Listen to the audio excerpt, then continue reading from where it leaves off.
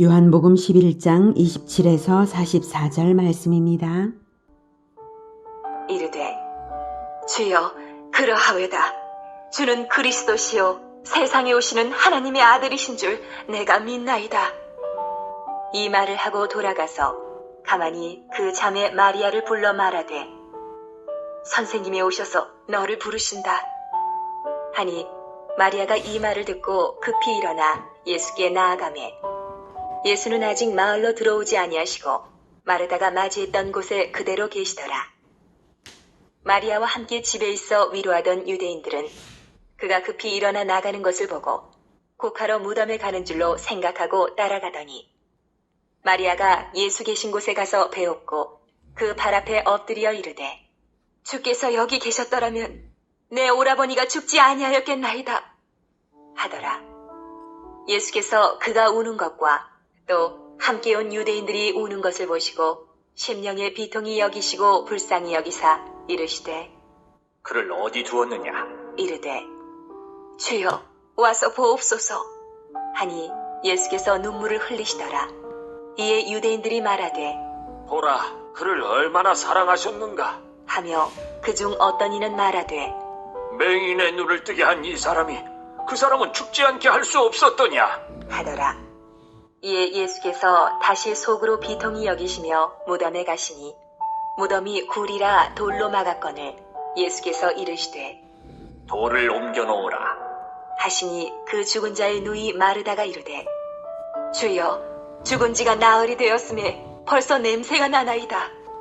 예수께서 이르시되 내 말이 내가 믿으면 하나님의 영광을 보리라 하지 아니하였느냐?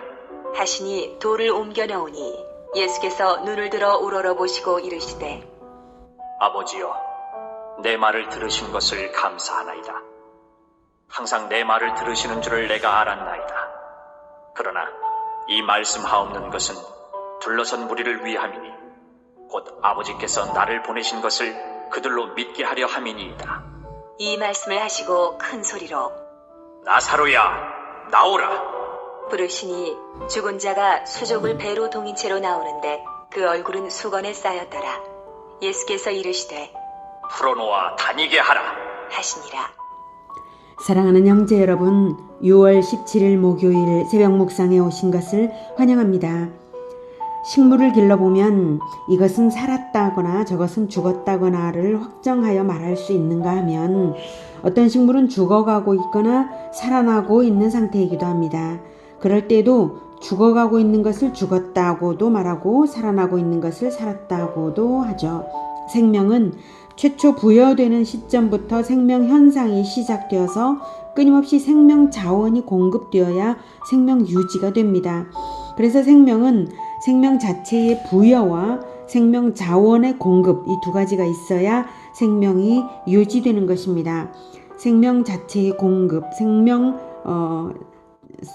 자체의 부여와 생명 자원의 공급, 이 두 가지입니다. 인간 영혼도 생명을 얻거나 잃고 죽어가거나 살아나는 것이죠. 인간은 창조 때부터 다른 모든 동물들과는 달리 하나님의 생기가 불어넣어져서 생령이 된 특별한 생명입니다. 하나님의 영이 불어넣어졌으므로 인간 생명의 근원은 하나님께 있습니다. 그런데 범죄로 인해 하나님과의 관계가 끊겼고 죄인이 되고 말았습니다. 그것이 곧 인간의 영이 죽은 것입니다. 모든 죄인은 영적으로 죽었습니다. 인간이 살기 위해서는 생명이 다시 불어넣어져야 생명을 얻습니다. 그래서 하나님께서 하나님의 아들 예수님을 인간들에게 보내셨습니다. 인간들에게 생명을 주기 위해서죠. 그래서 예수님께서 이렇게 말씀하셨습니다. 26절에 예수께서 이르시되 나는 부활이요 생명이니 나를 믿는 자는 죽어도 살겠고 무릇 살아서 나를 믿는 자는 영원히 죽지 아니하리니 이것을 내가 믿느냐. 나는 생명의 근원이니 나를 영접하는 자는 생명을 얻겠고 나는 생명 자원이니 나를 공급받는 자는 영원히 죽지 아니하리니 이것을 내가 믿음으로 받고 있느냐. 이 말씀입니다. 생명의 두 가지 측면, 생명 그 자체의 부여와 생명 자원의 공급, 두 가지가 다 되시는 분이 예수님이시고 이 두 가지가 다 있어야 생명이 유지되고 생명이라고 말할 수 있는 거죠. 우리 영혼이 살려면 바로 예수님을 영접하여서 생명을 부여받고 그리고 예수님으로 충전되어야 하는 것입니다. 바로 그 생명의 주 되시는 분이 예수님이심을 보여주려고 나사로가 죽은 지 나흘째야 예수님은 나타나셨습니다.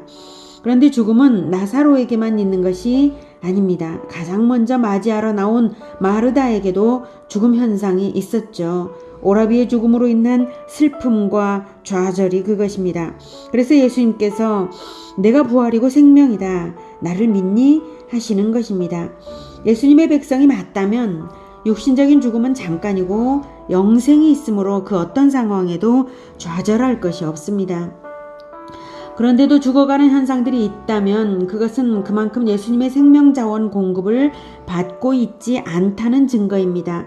그리스도의 말씀을 묵상하며 생명자원을 되새김질하고 있지 않아서 그렇습니다. 그래서 마르다가 알아듣고 대답을 하죠. 27절 이르되 주여 그러하오이다. 주는 그리스도시요 세상에 오시는 하나님의 아들이신 줄 내가 믿나이다. 세상에 오시는 네. 예수님의 말씀이 부활이 되고 생명이 되는 이유는 그리스도시요 하나님의 아들이시기 때문입니다. 그리스도란 하나님이 보내셔서 인류를 구원할 유일한 구원주를 말하는데요. 마귀를 멸함으로써 죄와 죽음의 권세를 타파하는 분이십니다. 그리고 하나님의 아들이시기 때문에 하나님의 생명을 가진 유일한 분이십니다. 하나님의 생명은 태초 아담에게 불어넣으셨던 그 생명, 영생을 말하고요. 영생을 다시 얻는 것은 생명 씨앗을 주시는 예수님을 영접함으로써 성령을 받는 것입니다. 그리고 영생을 유지하는 것은 생명의 말씀을 받아먹어 되새김질하고 성령의 인도를 받는 것이 그것입니다. 그것은 일회적인 것이 아니라 끝없이 연속되어야 하는 것이므로 세상에 오신이 아니라 오시는 하나님의 아들입니다. 예수님은 생명 말씀으로 계속해서 오시고 계신 분이신 것입니다. 예수님이 부활이 되는 이유는 생명의 주 그리스도이시기 때문이고 예수님이 생명이 되시는 이유는 세상의 생명의 말씀으로 오시는 하나님의 아들이기 때문입니다. 그래서 마르다는 예수님의 말씀을 듣고 회복을 느낀 것 같습니다. 그래서 자기와 똑같은 상황을 겪고 있는 마리아에게도 회복이 필요하므로 이 말을 하고 돌아가서 가만히 그 자매 마리아를 불러 말하되 선생님이 오셔서 너를 부르신다 한 것이고요. 마리아가 이 말을 듣고 급히 일어나 예수께 나아가매 예수는 아직 마을로 들어오지 아니하시고 마르다가 맞이했던 곳에 그대로 계셨죠. 예수님 역시 마리아를 개인적으로 회복시켜 주시려고 부르시고 기다리신 것이죠. 그런데 31절 마리아와 함께 집에 있어 위로하던 유대인들은 그가 급히 일어나 나가는 것을 보고 곡하러 무덤에 가는 줄로 생각하고 따라갔습니다. 따라간 이 사람들 때문에 마리아와는 길게 대화를 못하시게 됩니다만 이 사람들은 나사로의 소생 현장을 목격하고 예루살렘에 소문을 내는 역할을 하게 되죠. 이 사람들이 마리아를 따라간 이유는 아마도 당시 이스라엘 장례 풍습에 있는 호곡꾼들이 있는데 그 호곡꾼들이 그중 있어서 마리아와 함께 곡하기 위해서였을 것입니다. 32, 33절 마리아가 예수 계신 곳에 가서 배웠고 그 발 앞에 엎드려 이르되 주께서 여기 계셨더라면 내 오라버니가 죽지 아니하였겠나이다 하더라. 예수께서 그가 우는 것과 또 함께 온 유대인들이 우는 것을 보시고 심령에 비통히 여기시고 불쌍히 여기사 누군들 장례식에서 슬퍼하고 불쌍히 여기지 않겠냐 하시겠지만 예수님의 비통하심은 남다른 비통하심입니다. 그것은 나사로의 죽음만 아니라 모든 사람들의 총체적 죽음의 상태를 보시면서 태초 에덴에서부터 인간에게 죽음을 초래한 원수 마귀에 대한 원통, 죽음에 대한 원통함인 것입니다. 그래서 나사로의 죽음만 아니라 울고 있는 마리아와 울고 있는 유대인들의 상태에서까지 죽음 현상을 보시면서 불쌍히 여기시고 또 원통하신 것입니다. 34, 35절 이르시되 그를 어디 두었느냐 이르되 주여 와서 보시옵소서 하니 예수께서 눈물을 흘리시더라. 예수님께서 눈물을 흘리시며 우시는 이 마음이시므로 반드시 눈물을 씻어주시는 분이 되실 것입니다. 그것을 요한계시록에서 이렇게 말합니다. 요한계시록 21장 4절 모든 눈물을 그 눈에서 닦아주시니 다시는 사망이 없고 애통하는 것이나 곡하는 것이나 아픈 것이 다시 있지 아니하리니 처음 것들이 다 지나갔습니다. 그리고 요한계시록 7장 17절 이는 보좌 가운데에 계신 어린 양이 그들의 목자가 되사 생명수 샘으로 인도하시고 하나님께서 그들의 눈에서 모든 눈물을 씻어 주실 것임이라. 네, 바로 이렇게 하시기 위해서 예수님께서 십자가에서 이제 얼마 없으면 죽으실 것입니다. 그리고 그것을 많은 사람들에게 죽으시고 또한 부활하실 것입니다. 그것을 많은 사람들에게 많은 사람들에게 믿음으로 받아들여질 수 있도록 미리 나사로를 살리시는 것입니다. 자, 다시 요한복음 11장으로 가서 이에 유대인들이 말하되 보라 그를 얼마나 사랑하셨는가 하며 그중 어떤 이는 말하되 맹인의 눈을 뜨게 한 이 사람이 그 사람은 죽지 않게 할 수 없었더냐 하더라. 이에 예수께서 다시 속으로 비통히 여기시며 무덤에 가시니 무덤이 구리라 돌로 막았거늘. 네, 이 어떤 이의 이 말도 역시 죽음 현상의 하나였겠죠. 그래서 다시 속으로 비통히 여기신 것입니다. 39절 예수께서 이르시되 돌을 옮겨 놓으라 하시니 그 죽은 자의 누이 마르다가 이르되 주여 죽은 지가 나흘이 되었음에 벌써 냄새가 나나이다. 네, 마르다는 예수님이 그리스도시요 세상에 오시는 하나님의 아들이심을 믿었지만 즉각적으로 나사로를 소생시킬 것이라고는 기대하지 않은 것이죠.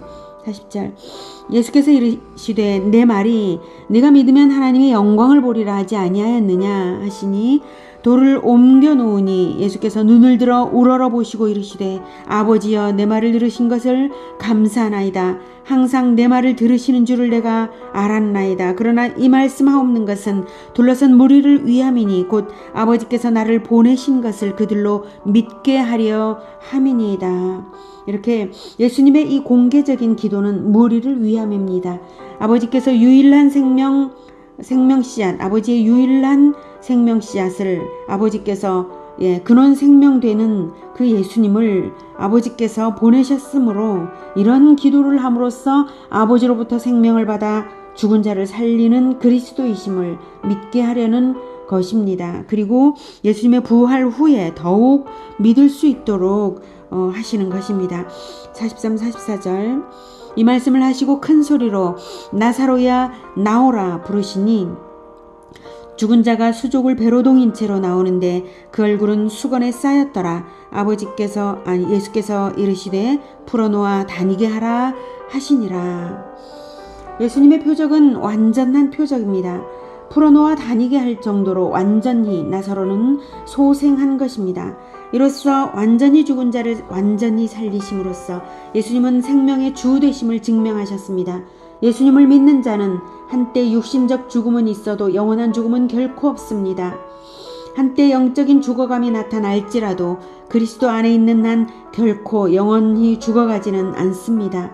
예수님을 영접한 자는 생명을 영접하는 것이고 예수님의 말씀을 공급받아 인도받는 자는 생명 자원을 공급받는 것입니다. 그리스도의 말씀이 생명입니다. 그리스도의 생명의 말씀을 날마다 공급받아서 영생을 누리고 또한 생명의 말씀을 전해주면서 생명력 넘치는 인생을 사는 우리 모두가 되기를 축복합니다. 기도하겠습니다. 우리에게 영생을 주시는 하나님, 그리고 생명의 주 되시는 예수님 정말로 감사합니다. 우리에게 생명을 주시기 위하여서 십자가에서 기꺼이 죽으시고 부활하여 주시니 정말로 감사합니다. 나사로의 죽음을 소생시켜 주심으로써 또한 믿음을 더하여 주시니 우리에게도 믿음을 더하여 주시고 하나님의 말씀, 생명의 말씀으로 충만히 채워주시고 우리가 그 말씀을 믿음으로 영생을 누리면서 살아가게 하여 주시옵소서. 늘 생명의 말씀을 깨닫고 또 전할 수 있도록 주님 우리를 생명으로 충만케 하여 주시옵소서. 예수 그리스도 이름으로 기도드립니다. 아멘. 이어지는 시간은 개인 기도 시간입니다. 영상은 여기서 마치겠습니다.